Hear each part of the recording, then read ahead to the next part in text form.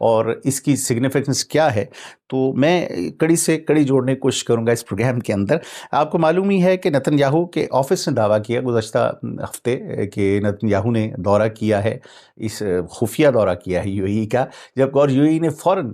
تقریباً 2 گھنٹے کے اندر اندر ان کی طرف سے تردیدی بیان آ گیا کہ نہیں جی ایسا نہیں ہوا ہے۔ اب نتن یاہو یہ کیوں کر رہے ہیں؟ نتن یاہو ظاہر ہے کہ تنہائی کا شکار ایک طرح سے مڈل ایسٹ میں ہے، سو وہ سیاسی طور پر اندرونی جو ضرورت ہے نتن یاہو کی اسرائیل کے اندر وہ یہ ہے کہ وہ یہ ثابت کرے کہ جناب میں تنہا نہیں ہوں، لہٰذا یو اے ای کے دورے کا انہوں نے بالکل دعویٰ کیا اور کہا جی کہ جو اہلکار ساتھ گئے تھے کہ ہم ساتھ گئے تھے جی، ہم چشمدید گواہ ہیں، یہ دورہ ہوا ہے۔ لیکن دوسری طرف فوراً ہی ابوظہبی کی جانب سے تردید آ گئی۔ اس کی وجوہات یہ ہیں کہ ویسے تو ابراہیمی معاہدے کے تحت آلریڈی ان کے یو اے ای اور انڈیا کے تعلقات آپس میں نارملائز ہیں، لیکن اس وقت جو صورتحال ہے، جو مظالم کا سلسلہ اسرائیل کی جانب سے جاری ہے، آپ کو معلوم ہی ہے لبنان اور پھر غزہ کے اندر فلسطین میں، وہ بہت زیادہ قریب بھی اپنے آپ کو شو نہیں کرنا چاہتا یو اے ای کہ جی ہم بالکل بہت ساتھ ہیں، اس وجہ سے وہاں سے فوراً تردید کی گئی ہے۔ لیکن بظاہر ہمیں یہی لگتا ہے کہ یہ دورہ جو ہے وہ ہوا ہے۔ اس پر فرسٹ پوسٹ نے ایک خبر دی ہے جن کا کہنا یہ ہے کہ انڈیا یو اے ای اسرائیل گٹھ جوڑ دراصل پاکستان، سعودی عربیہ اور ترکیہ کی ممکنہ اسلامی نیٹو کے خلاف ایک خاموش دفاعی حصار ہے۔ یہ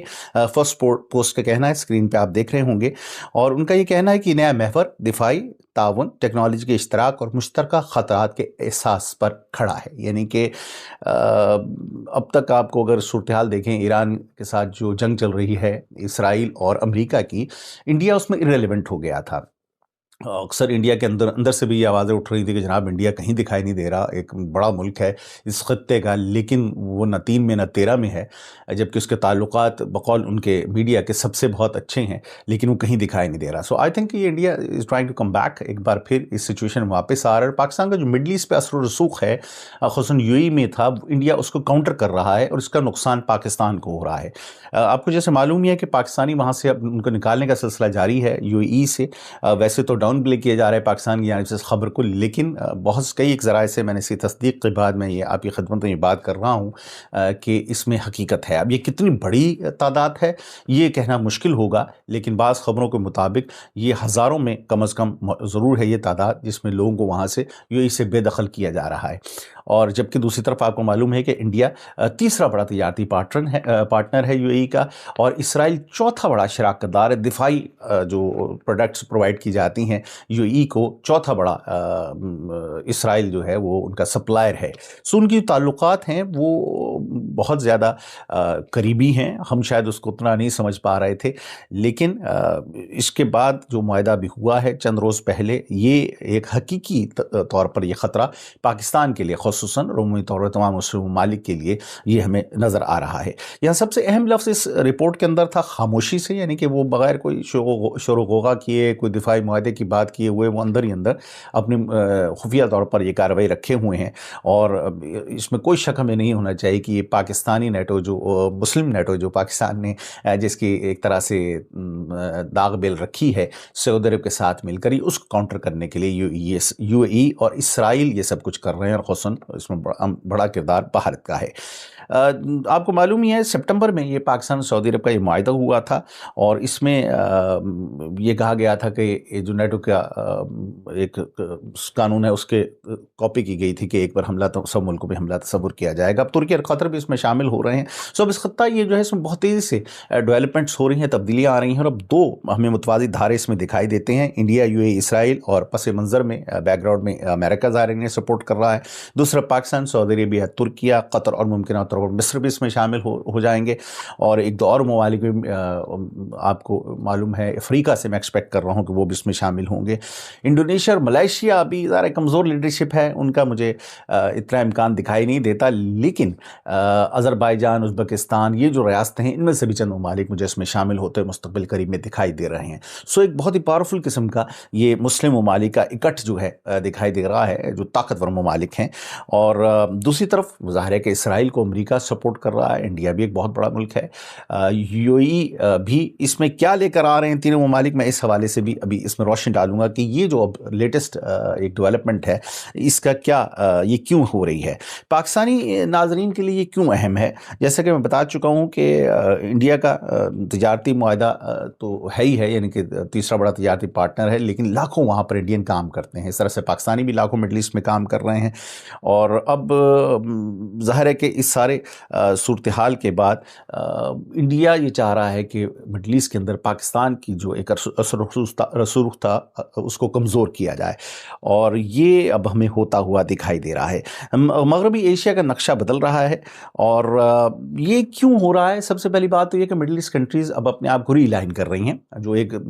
پہلے دو طاقتیں ہوتی تھی، روس، یو ایس ایس آر اور امریکہ، یو ایس ایس آر ختم ہونے کے بعد امریکہ کا اپر ہینڈ ہو گیا، اب چائنا ایک بڑی طاقت بن گیا ہے، ابھر نہیں رہا بلکہ بن چکا ہے میرے نزدیک تو۔ سو ری لائننگ بہت ضروری ہے۔ تیسری بات یہ ہے کہ حالیہ جو کرائسس ہوا ہے، جو جنگ ہوئی ہے مڈل ایسٹ میں، اس میں یہ بات ثابت ہو گئی کہ امریکہ قابل اعتبار نہیں ہے۔ میرا خیال میں ہمیں تو صدر راست سے پتا تھا امریکہ قابل اعتبار نہیں ہے۔ 1971 کی جنگ کے اندر بھی امریکہ کا بحری بیڑا پاکستان کی مدد کے لیے آ رہا تھا، جو آج تک نہیں پہنچا۔ سو اب مڈل ایسٹ کے ممالک کو بھی اس بات کا ادراک ہے کہ جو سینکڑوں ارب روپیہ انہوں نے جھونکا ہے امریکی اسلحے کے اوپر یا امریکہ کو سپورٹ کرنے کے لیے، وہ سب بیکار گیا ہے، اور بیسیکلی امریکہ ان کا دوست نہیں ہے۔ بس ظاہر ہے جو تھوڑے بہت مفادات اگر ملتے ہیں تو امریکہ وہاں پر پہنچ جاتا ہے، ادروائز ویسے اس کی سنسیریٹی میں سمجھتا ہوں قطن نہیں ہے۔ سو اس وجہ سے یہ نئے اتحاد بن رہے ہیں، اور آپ کو جو پاکستان اور سعودی عرب کا جو معاہدہ دکھائی دیا ہے، یہ بھی اسی سلسلے کی کڑی ہے۔ اور دوسری جانب جو امریکہ یہ چاہتا ہے کہ اس خطے میں وہ اپنی انٹرفیرنس یا جو اپنا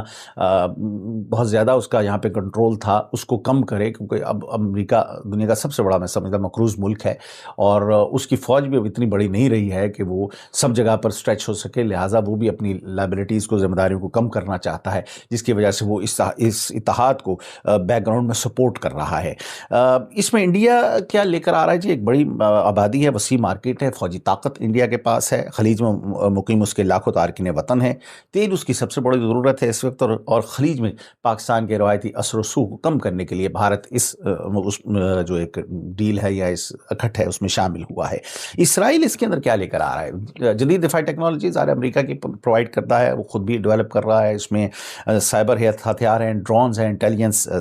سسٹمز ہیں، ایئر ڈیفنس ہے، اور سب سے بڑھ کر یہ کہ واشنگٹن کے ایوانوں تک رسائی ہے جو اسرائیل کو حاصل ہے۔ اس حوالے سے میں ایک الگ پروگرام کر چکا ہوں کہ امریکہ کیوں اسرائیل کی اندھا دھند تقلید کرتا ہے، ضرور دیکھیے گا، میرے چینل سبسکرائب کیجیے، اس پروگرام کو ضرور دیکھیے گا، میرے خیال میں 2 ہفتے قبل کا وہ پروگرام ہے۔ اور یو اے ای اس میں کیا لے کر آ رہا ہے جی؟ بے پناہ سرمایہ ان کے پاس،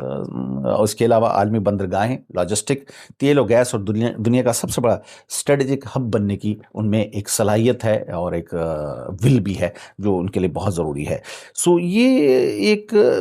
میں ریسرچ پیپر دیکھ رہا تھا ORF کا، تو انہوں نے یہ کہا ہے کہ یہ خفیہ ملاقاتوں سے نکل کر یہ بھی حقیقت پسندانہ جیو اکنامک جو شراکت داری ہے وہ بن چکی ہے۔ ہم اس کا ادراک نہ کریں یا ہم اسے ڈاؤن پلے کریں وہ الگ بات ہے، لیکن میں سمجھتا ہوں کہ یہ ایک بڑا خطرہ ہے ساؤتھ ایسٹ ایشیا کے اندر اور مڈل ایسٹ کے اندر، پاکستان، سعودی عرب اور دیگر جو ممالک جو پاکستان کے ساتھ ہیں ان کے لیے اور ان کے مفاد کے لیے۔ اگر ہم اعداد و شمار پر نظر ڈالیں تو 1950 سے ہی انڈیا نے اسرائیل کو تسلیم کر رکھا ہے، لیکن تعلقات بحال ہونے میں 4 دہائیاں قریباً لگ گئی ہیں، اور 1992 کے بعد سے یہ دفاع، زراعت اور دیگر شعبوں کے اندر آپس میں ایک دوسرے سے تعاون کر رہے ہیں۔ اس کے علاوہ اس وقت امریکہ اس کی حمایت میں آپ کو بتا چکا ہوں کیوں کر رہا ہے۔ سیکیورٹی بوجھ ایک تو وہ کم کرنا چاہتا ہے، مشرق وسطیٰ میں اسرائیل کی قبولیت بڑھے گی، اس سے طرح کے دیگر ممالک شامل ہوں گے۔ وہ ابراہیمی معاہدے کا مقصد ہی یہ تھا کہ اسرائیل کو سب کے لیے قابل قبول ہو جائے۔ پاکستان بھی زور ڈالا گیا کہ آپ بھی اسرائیل کو تسلیم کیجئے۔ خلیج میں انڈیا کا کردار وسیع ہوگا، تیسری بڑی بات اس کی یہ ہے، اور چوتھی بڑی بات یہ ہے کہ انڈیا کے وہ جو بیلٹ اینڈ روڈ انیشیٹو تھا یہ اس کو متبادل ہے، جس کے طور پر یہ بن رہا ہے۔ یو ای سب کچھ کیوں کر رہا ہے؟ اس میں جذباتی ہونے کی ضرورت نہیں ہے، لیکن حالیہ جنگ کے اندر آپ یہ دیکھیے گا کہ یو ای کے پاس بے تحاشا دولت ہے، بہت سارا انفراسٹرکچر ہے، لیکن اس کو ایران اس پہ حملہ کر دیتا ہے جب چاہتا ہے۔ سو وہ سمجھتا ہے کہ سب کچھ تباہ و برباد ہونے میں زیادہ دیر نہیں لگے گی، سو اس کے لیے اس کو اپنی سیکیورٹی کے لیے حقیقت پسندانہ اقدامات کرنے چاہیے۔ امریکہ اتنا قابل بھروسہ سیکیورٹی پارٹنر نہیں ثابت ہو سکا، لہٰذا اب اس اس کی توجہ اسرائیل اور انڈیا کے جانب ہے۔ یہ الگ بات ہے کہ انڈیا بہت کیپیبل کنٹری نہیں ہے، باتیں تو بہت ہیں، ابھی ان کے چیف نے کہا کہ پاکستان کو نقشے سے مٹا دیں گے، وہ ایک بیوقوفانہ اور بچکانہ بات ہے جو ممکن نہیں ہے، لیکن وہ ظاہر ہے کہ روایتی طور پر انڈیا اپنے آپ کو یہ پھر پورٹرے کرنے کی کوشش کر رہا ہے کہ وہ ایک بہت بڑی طاقت ہے خطے کی، جو کہ حالیہ جھڑپوں کے اندر اس کو بڑی شرمندگی کا سامنا کرنا پڑا پاکستان کے ساتھ، اس کے بہت سے جہاز گرا دیے گئے، اور جس کا پریزیڈنٹ ٹرمپ نے بار بار تذکرہ کیا اور مزید وہ جلتی پر تیل کا کام کیا، زخموں پہ نمک چھڑکا۔ سو وہ ایک بار پھر اپنی اس سچویشن کو یا اپنی اس خفت کا یا ہار کا وہ بدلہ شاید وہ لینا چاہتا ہے۔ سو بہرحال یہ یو اے ای کے ساتھ ظاہر ہے کہ آپ کو معلوم ہی ہے کہ انڈیا کی ضرورت ہے، جیسے میں نے عرض کیا ہے یو اے ای کے مقاصد میں کیا ہیں، اور اسرائیل یہ سب کچھ کام کیوں کر رہا ہے، کیونکہ وہ عرب دنیا میں سمجھتا ہوں کہ تنہائی کو ختم کرنا چاہتا ہے، اور ایران کے خلاف ایک بڑا سیکیورٹی نیٹ ورک بنانا بھی اس کا ایک مقصد ہو سکتا ہے، جبکہ یو اے ای اور انڈیا کے راستے خود کو وہ ایشیا کی سب سے بڑی مارکیٹ سے بھی جوڑنا چاہتا ہے۔ یہاں پر مشرق وسطیٰ کے ممالک کا رد عمل کیا ہو سکتا ہے یا کیا ہے؟ سعودی عرب سب سے پہلے اس کھیل میں اہم کھلاڑی ہے میرے نزدیک، اس نے پاکستان کے ساتھ دفاعی معاہدہ کیا ہے، لیکن وہ امریکہ کے ساتھ بھی اپنے تعلقات کو خراب نہیں کرے گا، انڈیا کے ساتھ وہ معاشی طور پر جڑا ہوا ہے، کئی بلین ڈالر کی انویسٹمنٹ، $100 بلین کی انویسٹمنٹ مجھے کہ صحیح یاد ہے تو شہزادہ سلمان نے انڈیا میں کرنے کا اعلان کیا تھا۔ سو یہ شاید ریوائز ہو جائے یہ بات، لیکن اب تک یہی معاملات ایسے ہیں کہ انڈیا کے ساتھ بھی وہ اپنے تعلقات کو برقرار رکھنا چاہتا ہے، اور یہ ابھی سعودی عرب جو ہے تمام سب کو خوش رکھنے کی کوشش کرتا رہے گا۔ فی الحال قطر جو ہے اس کا جھکاؤ ترکی اور پاکستان کی جانب میرے نزدیک زیادہ ہوگا، بجائے اس کے کہ انڈیا یا دیگر ممالک کی جانب ہو۔ اس کے علاوہ جو ترکی ہے وہ نیٹو کا حصہ بھی ہے اور میرے خیال میں رہے گا، لیکن وہ کیونکہ مسلم ممالک کو لیڈ کرنا چاہتا ہے، لہٰذا جو ایک ڈیفنس پیکٹ ہوا ہے اس میں بھی یہ شامل ہوگا، پاکستان اور سعودی عرب کا جو ڈیفنس پیکٹ ہے۔ ایران ظاہر ہے کہ اس کو اپنے لیے سب سے بڑا خطرہ سمجھے گا، اس سارے معاملے کو۔ You a E, Israel, India اگر اکٹھے ہو گئے ہیں، جبکہ انڈیا اور ایران کے تعلقات بھی اچھے ہیں، بٹ اس کے باوجود بھی میں سمجھتا ہوں کہ وہ اس کی مخالفت کرے گا۔ مصر جو ہے وہ جو اسلامی دفاعی نیٹ ورک ہے اس کا ایک اہم حصہ بن سکتا ہے، لیکن فی الحال اس کا جھکاؤ اسرائیل کی جانب بہت ہے۔ غزہ کو ایک طرف سے مصر نے بلاک کیا ہوا ہے، یعنی کہ یہودی تو مار ہی رہے ہیں مسلمانوں کو، مصری بھی جو ہے وہ ان کو مار رہے ہیں ایک طرح سے، کہ آپ ان کو غذا اور کھانا تک نہیں پہنچنے دیتے، ان کا محاصرہ کر کے بیٹھے ہوئے ہیں، تو وہی کردار ادا کر رہے ہیں تقریباً جو اسرائیل کر رہا ہے۔ لیکن میں مستقبل قریب میں یہ دیکھ رہا ہوں کہ ممکن ہے کہ سعودی عرب اور پاکستان کے ساتھ مصر بھی اس معاہدے میں شامل ہو جائے، ممکنہ بات کر رہا ہوں بھی، ظاہر ہے کہ غیب کا علم صرف رب کریم کی ذات کو ہے، میں تو اسپیکولیشن ہی کر سکتا ہوں۔ سو جناب، مسلم ممالک کیا چین کی طرف دیکھیں گے اب؟ میرا خیال یہی ہے، میں نے 5 سال پہلے ایک پروگرام کیا تھا تقریباً، اور اس میں نے یہ کہا تھا کہ اب نئی حد بندیاں ہوں گی اور ایک نیا مسلم بلاک بنے گا جس میں کم از کم 25 مسلم ممالک شامل ہوں گے، اور اس کو سپورٹ کر رہا ہوگا چائنا۔ میں آج بھی اس بات پہ قائم ہوں جو میں نے 5 سال پہلے کی تھی، اور اب ہمیں اس کے بہت سے خد و خال بنتے ہوئے دکھائی دے رہے ہیں۔ انڈیا اسرائیل بلاک جو ہے جی، یہ دونوں بلاکس کا مستقبل میں سمجھتا ہوں کہ انڈیا کا جو بلاک اب بنا ہے، اسی کم از کم یو اے کی حد تک پاکستان کا اثر و رسوخ جو ہے وہ بہت زیادہ کم ہو جائے گا، اور جبکہ دوسری جانب پاکستان، سعودی عرب، ترکی، قطر کا جو بلاک ہے، اگر اس میں وہ ریاستیں جو کہ آزاد ہوئی رشیا سے وہ بھی شامل ہو جاتی ہیں، افریقہ میں کچھ ممالک شامل ہو جاتے ہیں، تو متبادل طور پر ایک بہت طاقتور بلاک بن جائے گا۔ اس میں اس سارے سینیریو میں پاکستان کو کیا کرنا چاہیے؟ پاکستان کا بہت سے مسائل ہیں۔ پاکستان کو ایک تو سب سے پہلے اس دفاعی معاہدے کو عملی جامہ پہنانے کی بڑی ضرورت ہے۔ وعدے تو بہت کرتے، ایفا نہیں کرتے، یہ ایک شعر میرے ذہن میں آیا کہ یہ صرف کاغذوں تک نہ رہے، بہت سارا آپ کو پتہ ہے موجود ہم سینکڑوں کے حساب سے سائن کرتے ہیں، عمل کس پہ بھی نہیں ہوتا، لیکن اس معاہدے پہ عمل ضرور ہونا چاہیے، اور مشترکہ کمانڈ اور انٹیلیجنس شیئرنگ تک یہ بات جائے، اور میں تو یہ سمجھتا ہوں کہ ہمیں اس کو معاشی طور پر بھی آگے بڑھانا چاہیے، ہمیں سنگل کرنسی پہ آنا چاہیے اس معاہدے کے تحت۔ جو 4-5 ممالک شامل ہیں، ہمیں ایک کرنسی ان ممالک کی ہونی چاہیے۔ ترکی اور قطر کو قریب لانے کے لیے پاکستان اپنا کردار ادا کر سکتا ہے، اور اس میں بھی اسٹریٹجک شکل میں سمجھتا ہوں کہ سارے معاملے کو دینی چاہیے۔ یو اے ای کے ساتھ بھی پاکستان کو اپنے تعلقات بگاڑنے نہیں چاہیے، حتی الوسع کوشش یہی کرنی چاہیے کہ اپنے رستے کھلے رکھے، لاکھوں پاکستانی وہاں پر کام کرتے ہیں، اور یقیناً ان کا واپس آنا نہ صرف ان فیملیز کے لیے بلکہ پاکستان کو جو قیمتی ترین مبادلہ حاصل ہوتا ہے اس کے لیے بھی بہت بڑی نقصان دہ بات ہوگی۔ معیشت کی بحالی سب سے بڑا مسئلہ ہے، کمزور معیشت کے ساتھ آپ کسی بھی بلاک کی قیادت نہیں کر سکتے۔ آپ اس وقت پاکستان بینکرپٹ ہے 100%، آپ کو پچھلے قرض ادا کرنے کے لیے اگلے قرض لینے پڑ رہے ہیں۔ $92 ارب پاکستان نے اس مالی سال کے اندر ادا کرنے ہیں $92 بلین۔ ہمارے پاس نہیں ہے، وہ مانگ مانگ کے لوگوں سے ہم پیسے دے رہے ہیں، کبھی سعودی عرب کے جا کے گھٹنے پکڑتے ہیں، کبھی چائنا سے منتیں کرتے ہیں کہ جناب پیسے دے دیجئے۔ اس صورتحال کے اندر آپ کبھی بھی کسی بلاک کی قیادت نہیں کر سکتے۔ سو اسٹیبلشمنٹ کو بھی ہوش کے ناخن لینے ہوں گے۔ آپ